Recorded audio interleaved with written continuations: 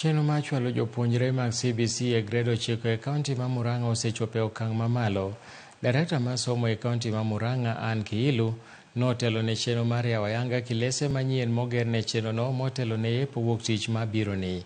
Kaunti ma Murang'a nyaka sani osegero kilese maromo 250 manyien mabiro ting'o jopuonjre 23,000 mag grade 9.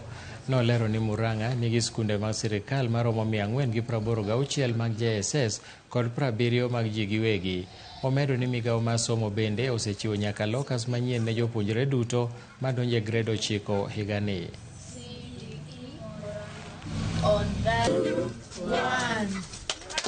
We have been able to construct 362, or rather, phase 1 we had 82 classrooms.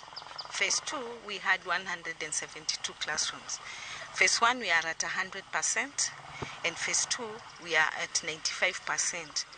But we want to assure our parents that that 5% is at finishes level, and by Monday the contractors have agreed that they'll be able to finish everything and the students will be able to sit. The CD has commissioned 4 classes for this school.